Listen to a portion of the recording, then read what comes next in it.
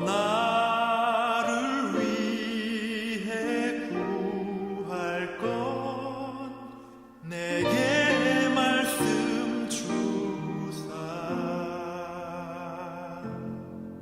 입을 열어 복음의 비밀 알게 하소서.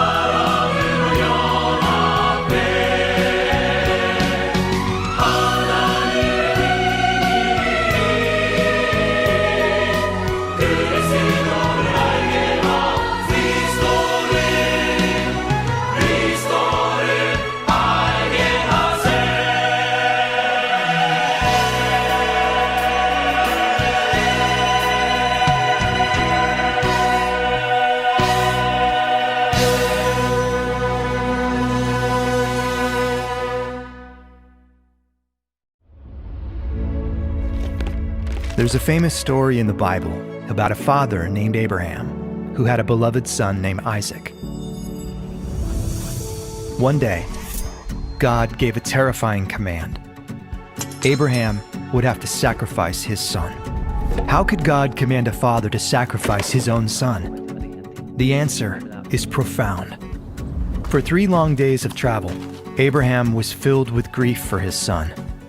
Then on the 3rd day, they came to a hill in the land of Moriah. Abraham put the wood for the sacrifice on Isaac's back, and he watched in sorrow as his beloved son carried the wood for his own sacrifice up the hill. On top of the hill, Abraham explained that Isaac was the sacrifice that day. In obedience to his father's will, Isaac lay down on the wood to receive the deadly piercing of the knife. But at the last moment, God spared Isaac from death. God provided a ram caught by the horns in a thorn bush as a substitute sacrifice in Isaac's place. Isaac was delivered from death on the third day. So then, why did God give Abraham that terrifying command? You see, like Abraham, God had a beloved son named Jesus. And one day, God would have to sacrifice his son. Jesus came to a hill called Golgotha, the same place where Abraham took Isaac. And God watched in sorrow as his beloved son carried the wood of his own sacrifice on his back up the hill. In obedience to his father's will, Jesus lay down on the wooden cross to receive the deadly piercing of the nails. But while God had spared Isaac, he did not spare his own son. Jesus was the Lamb of God, crowned with thorns, who was sacrificed in our place. Yet in the end, like Isaac, God delivered Jesus from death on the third day. So you see, God's command had a wonderful purpose after all. God wanted Abraham and all of us to understand how deeply he loves us. And how much does our Heavenly Father love us? For God so loved the world that he gave his only begotten Son, that whoever believes in him might not perish, but have everlasting life.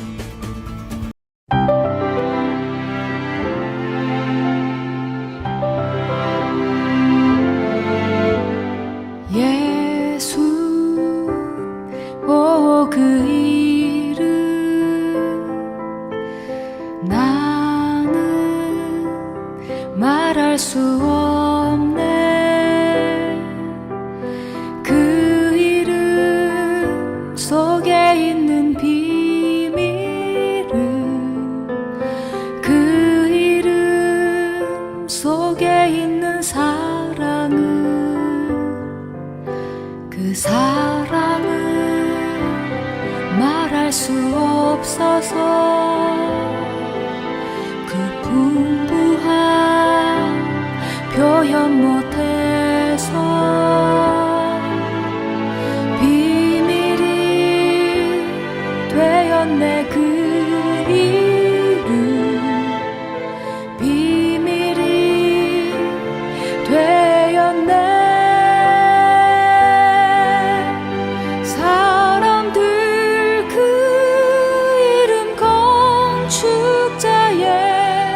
버린 돌처럼 버렸지만 내 마음에 새겨진 이름은 아름다운 보석. 내게 있는 귀한 비밀이라 내 마음에 숨겨진 기쁨. 예수, 오 그 이름 나는 말할 수 없네.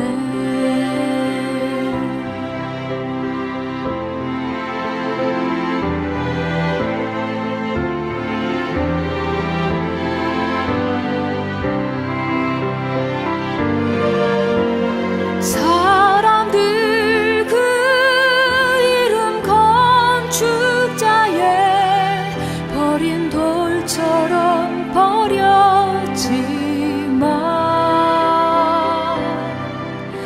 내 마음에 새겨진 이름은 아름다운 보석. 내게 있는 귀한 비밀이라 내 마음에 숨겨진 기쁨.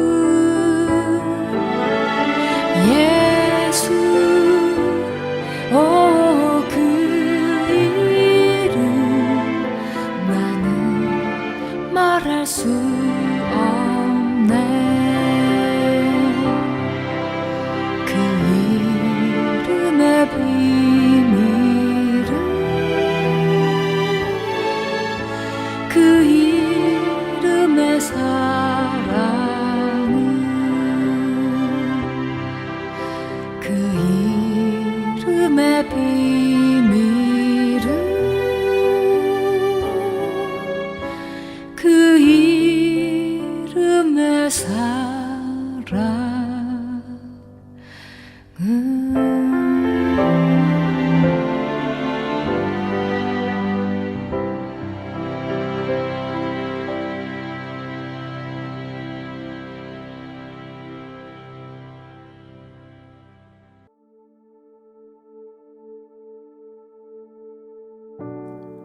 유대교와 기독교는 같지 않습니다. 신약 성경이 쓰여지기 전 유대교와 기독교는 똑같이 구약 성경을 하나님의 말씀으로 이해했지만 언제나 결론은 달랐습니다. 유대교는 구약 성경을 읽고 율법을 지켜 행하면 하나님의 백성이 될 수 있다 생각했고, 기독교는 구약 성경을 읽고 예수님으로 말미암아 하나님의 백성이 될 수 있다 생각했습니다. 똑같은 내용을 읽었지만 유대교는 자기 행위를 의지했고 기독교는 하나님의 은혜를 의지한 것입니다. 이러한 차이는 유대교의 시선과 기독교의 시선이 다르기 때문입니다. 요한복음 5장 39절에서 예수님은 유대인들을 향해 너희가 성경에서 영생을 얻는 줄 생각하고 성경을 연구하거니와 이 성경이 곧 내게 대하여 증언하는 것이라 말씀하였습니다. 예수님은 성경은 곧 예수님에 대한 이야기라 말했지만 유대교는 성경에서 예수님을 보지 못했습니다. 답을 찾기 위해 성경을 연구했지만 답이신 예수님을 찾지 못한 것입니다. 그에 반해 기독교는 성경에서 예수님을 보았습니다. 예수님의 말씀대로 답이신 예수님을 앞세워 모든 성경에서 답이신 예수님을 발견했습니다. 오늘 본문은 이러한 차이를 잘 보여줍니다. 유대교는 하나님이 아브라함에게 약속한 자손을 이삭으로 보았지만 기독교는 하나님이 아브라함에게 약속한 자손을 예수님으로 보았습니다. 똑같은 본문을 읽었지만 유대교는 하나님의 약속을 이삭으로 해석했고 기독교는 하나님의 약속을 예수님으로 해석했습니다. 유대교는 하나님의 약속을 통해 이삭으로 완성될 이스라엘을 바라봤고 기독교는 하나님의 약속을 통해 예수님으로 완성될 하나님 나라를 바라봤기 때문입니다. 따라서 오늘 우리는 창세기 15장의 말씀을 공부하며 목표를 보여준 하나님의 약속에서 예수님을 발견해야 합니다. 안타깝게도 여전히 많은 사람들이 유대교처럼 답을 찾기 위해 성경을 읽고 하나님의 약속을 이삭으로 이해하고 있지만 우리는 답이신 예수님의 손을 잡고 하나님의 약속이 예수님이라는 것을 깨달아야 합니다. 이를 바탕으로 예수님을 약속한 하나님이 예수님을 보내준 것처럼 다시 오실 것을 약속한 예수님도 약속대로 다시 오실 것을 믿어야 합니다. 로마서 1장 17절이 말하고 있는 것처럼 오직 의인은 바로 이러한 믿음으로 살기 때문입니다. 지금부터 우리를 믿음으로 인도하는 창세기 15장을 통해 예수님을 약속한 하나님의 약속을 함께 살펴보겠습니다.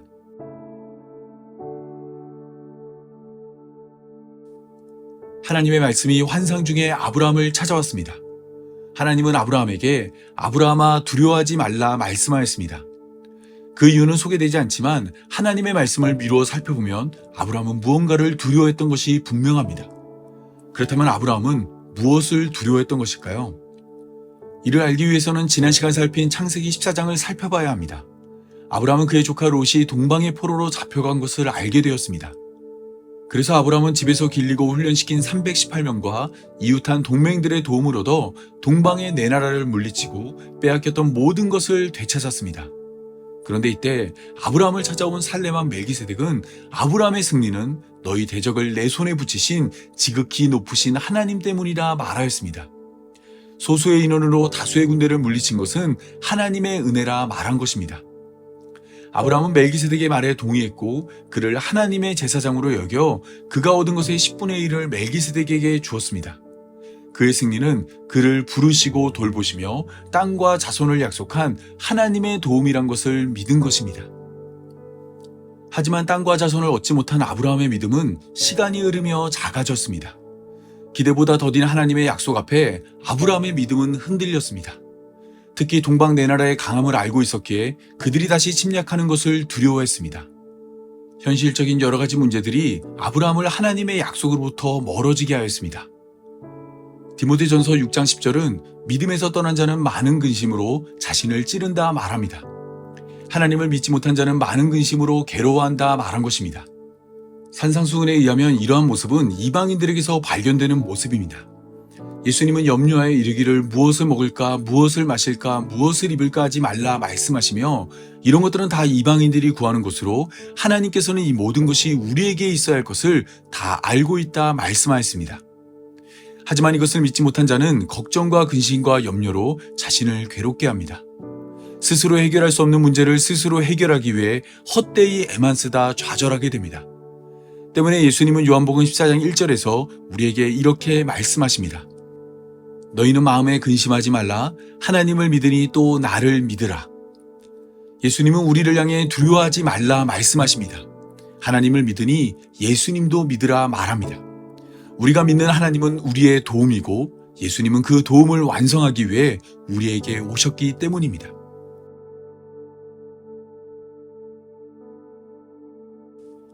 하나님은 두려워하는 아브라함에게 나는 내 방패요 너의 지극히 큰 상급이라 말씀하였습니다. 하나님의 아브라함의 방패라는 말은 하나님이 전쟁에서 아브라함을 승리하게 한 것처럼 앞으로도 그의 삶을 지켜주겠다는 말입니다. 또한 하나님이 아브라함의 지극히 큰 상급이라는 말은 전쟁에서 승리했지만 아무것도 취하지 않은 아브라함의 전리품은 하나님이라는 말입니다. 하나님께서 작은 믿음으로 두려워하는 아브라함에게 나타나 하나님은 여전히 그를 돌봐주고 하나님이 아브라함의 삶을 가득 채울 것이라 말씀하신 것입니다. 하나님의 약속이 여전히 유효하다는 것을 확인한 아브라함은 하나님이 지극히 큰 상급이라는 말을 듣고 입을 열어 하나님께 물었습니다. 주 여호와여 무엇을 내게 주시려 하나이까? 나는 자식이 없사오니 나의 상속자는 이 다메섹 사람 엘리에셀입니다. 고대 근동의 문화를 살펴보면 자식이 없는 사람은 그의 가까운 친척 중에서 상속자를 택하거나 종들 중 하나를 상속자로 삼을 수 있었습니다. 아브라함의 경우에는 그의 조카 롯이 아브라함의 상속자가 될 수 있었으나 그는 아브라함과의 갈등 끝에 동쪽 땅을 택해 소돔으로 떠났습니다. 때문에 이제 아브라함이 선택할 수 있는 사람은 종들 중 하나인 다메섹 사람 엘리에셀 뿐입니다. 아브라함은 현재의 상황을 하나님께 따졌습니다. 아브라함이 또 이르되 주께서 내게 씨를 주시지 아니하셨으니 내 집에서 길른 자가 내 상속자가 될 것이니이다. 아브라함은 문제의 원인을 하나님에게서 찾았습니다. 하나님이 약속을 지키지 않아 자신의 종이 자신의 상속자가 되는 일이 벌어질 것이라 말했습니다. 이러한 표현은 선악과를 먹은 아담의 행동과 같습니다. 아담은 선악과를 먹은 후 하나님이 주셔서 나와 함께 있게 하신 여자 그가 그 나무 열매를 내게 주므로 먹었다 말하였습니다. 하나님이 하와를 주지 않았다면 선악과를 먹지 않았을 텐데 하나님이 하와를 주셔서 자신이 선악과를 먹었다 말한 것입니다. 여기서 우리는 믿음을 떠난 자의 반응을 살필 수 있습니다. 그것은 바로 하나님을 향한 원망입니다. 하나님이 자신이 원하는 대로 해주지 않았기 때문에 자신은 죄를 범할 수밖에 없다 생각합니다. 출애굽한 이스라엘 백성들은 광야 세월이 길어지자 악한 말로 하나님을 원망했습니다. 가나안 땅을 정탐한 후에는 그 땅을 허락한다는 하나님의 약속을 믿지 못해 어찌하여 여호와가 우리를 그 땅으로 인도하여 칼에 쓰러지게 하려 하는가? 우리 처자가 사로잡히리니 애굽으로 돌아가는 것이 낫지 아니하랴라고 말하였습니다. 하나님의 약속을 믿지 못해 결국에는 하나님을 원망하는 자가 된 것입니다. 우리는 이러한 자가 되지 않기 위해 하나님의 약속을 오해해서는 안 됩니다. 예수님은 너희가 악한 자라도 좋은 것으로 자식에게 줄 알거든 하물며 하늘에 계신 너희 아버지께서 구하는 자에게 좋은 것으로 주시지 않겠느냐라고 말씀하였습니다. 이 말씀에 의하면 하나님은 우리에게 좋은 것을 주시는 분입니다. 자식이 돌을 달라 할 때 돌을 주지 않고 떡을 주며 자식이 뱀을 달라 할 때 뱀을 주지 않고 생선을 주십니다. 하나님은 자식이 원하는 대로 주는 분이 아니라 자식에게 좋은 것을 주는 분입니다. 모든 것을 알고 모든 것을 알 수 있는 전지하고 전능하신 하나님이 그의 자식된 자에게 가장 좋은 것을 주십니다. 지금 우리가 서 있는 이 자리는 바로 그러한 자리입니다. 우리를 우리보다 잘 알고 계신 하나님이 우리에게 가장 좋은 것을 허락하여 우리에게 지금의 자리를 허락하였습니다. 우리가 보기에는 우리의 자리는 보잘것없고 초라하며 실패한 것처럼 보이지만 하나님의 생각은 다릅니다. 하나님은 우리에게 가장 좋은 것으로 지금의 자리를 허락하였습니다. 이때 하나님이 생각하는 가장 좋은 자리의 기준은 우리의 구원입니다. 하나님은 우리가 부자가 되고 건강하며 명예를 얻는 삶보다 우리가 구원받는 삶이 되길 원합니다. 이를 위해 하나님은 하나님이 가진 풍성한 지혜로 지금 우리의 삶을 허락하였습니다. 우리가 보기에는 아쉬움이 많은 삶이지만 하나님 보시기에 우리의 삶은 하나님이 우리를 구원하시기에 가장 좋은 삶입니다. 좋은 것 주시는 하나님이 우리의 구원을 위해 가장 좋은 삶으로 지금 우리의 삶을 인도한 것입니다. 따라서 우리는 좋은 것 주시는 하나님을 믿음으로 지금 서 있는 자리에서 하나님께 감사해야 합니다. 더 나은 삶을 갈망하여 애굽을 그리워한 광야의 이스라엘 백성처럼 믿음에서 떠나 근심으로 자기를 찔러 하나님을 원망하는 자가 되어서는 안 됩니다. 우리를 구원하기 위해 가장 좋은 것으로 준비한 가족과 직장과 친구와 이웃과 교회에 감사하며 모든 관계 속에서 힘차게 움직이는 하나님의 손길을 발견해야 합니다. 지금 우리의 삶은 전지하고 전능하신 하나님이 우리를 위해 준비한 가장 좋은 삶입니다.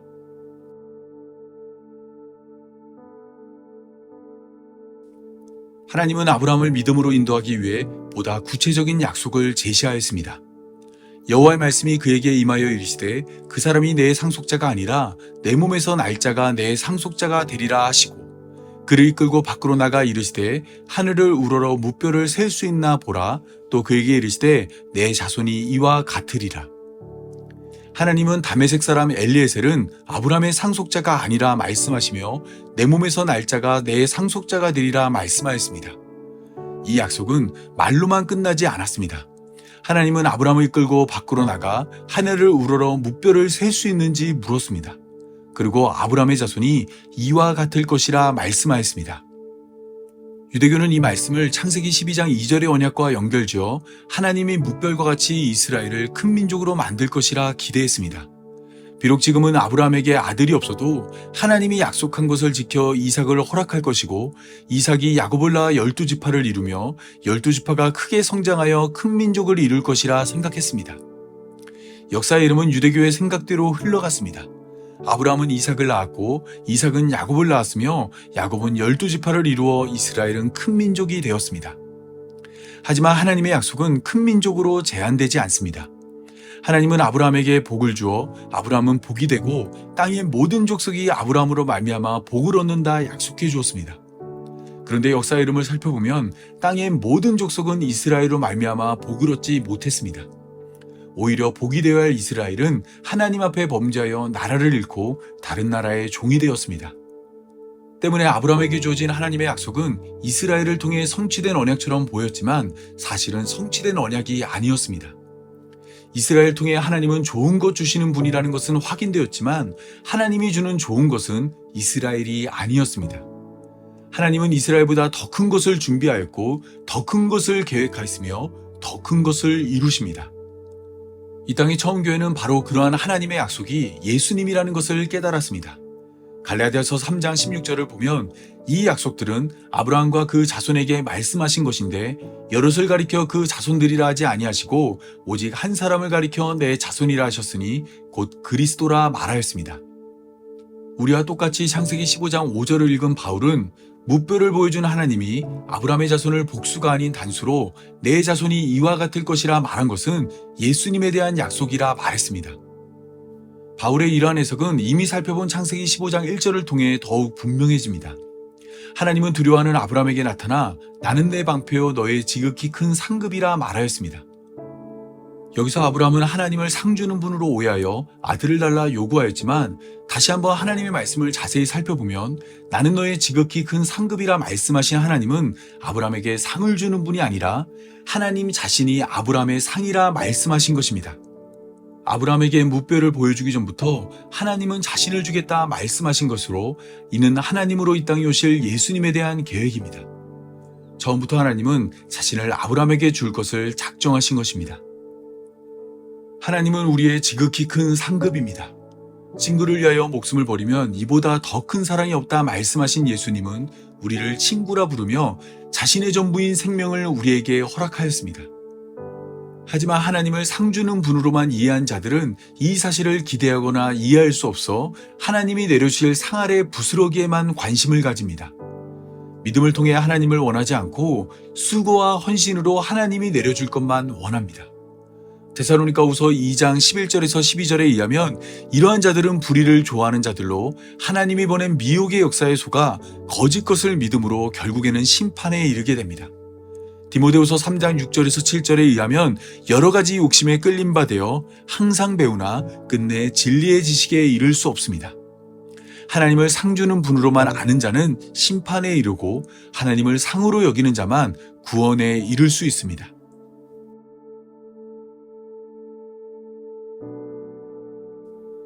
예수님은 제자들에게 천국의 비밀을 아는 것이 너희에게는 허락되었으나 그들에게는 아니 되었다 말을 하며 너희 눈은 봄으로 너희에게는 들음으로 복이 있도다 라고 말씀하였습니다.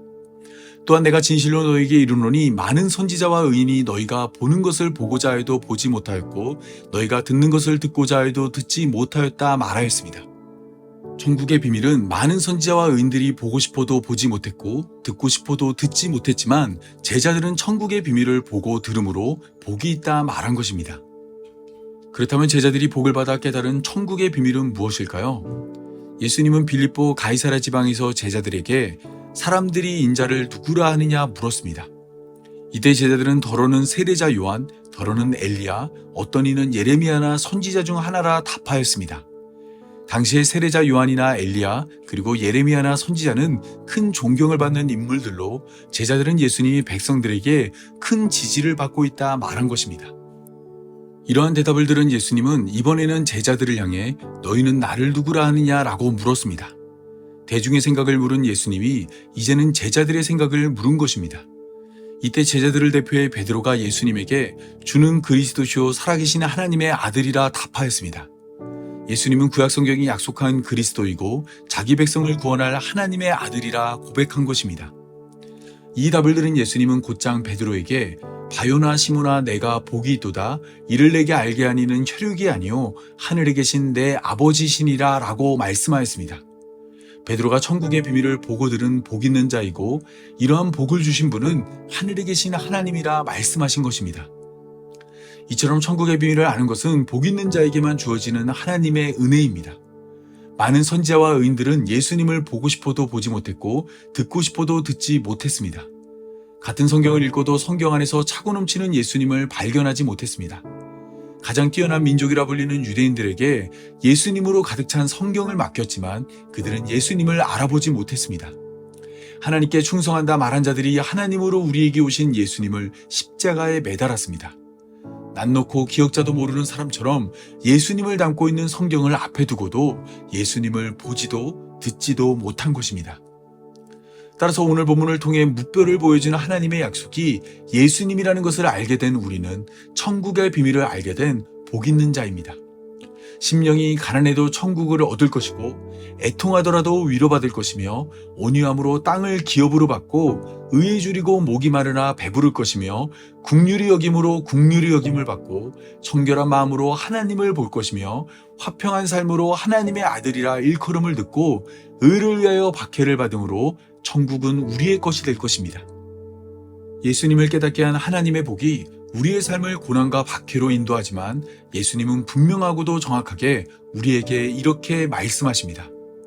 너희를 거슬려 모든 악한 말을 할 때에는 너희에게 복이 있나니 기뻐하고 즐거워하라.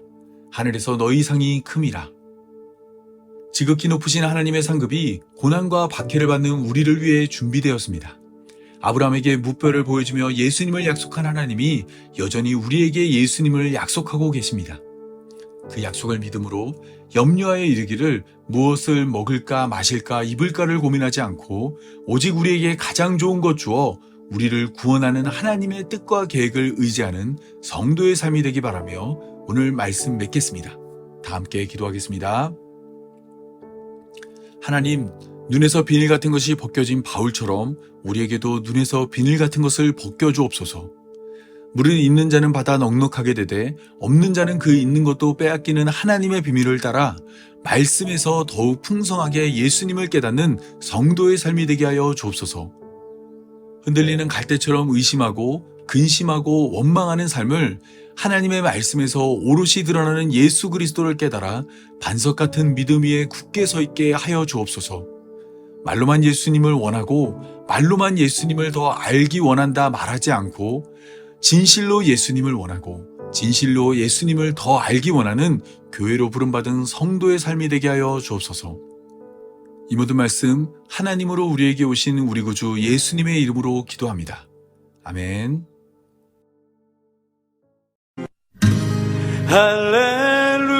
할렐루야 찬양하세 내 모든 죄 사함받고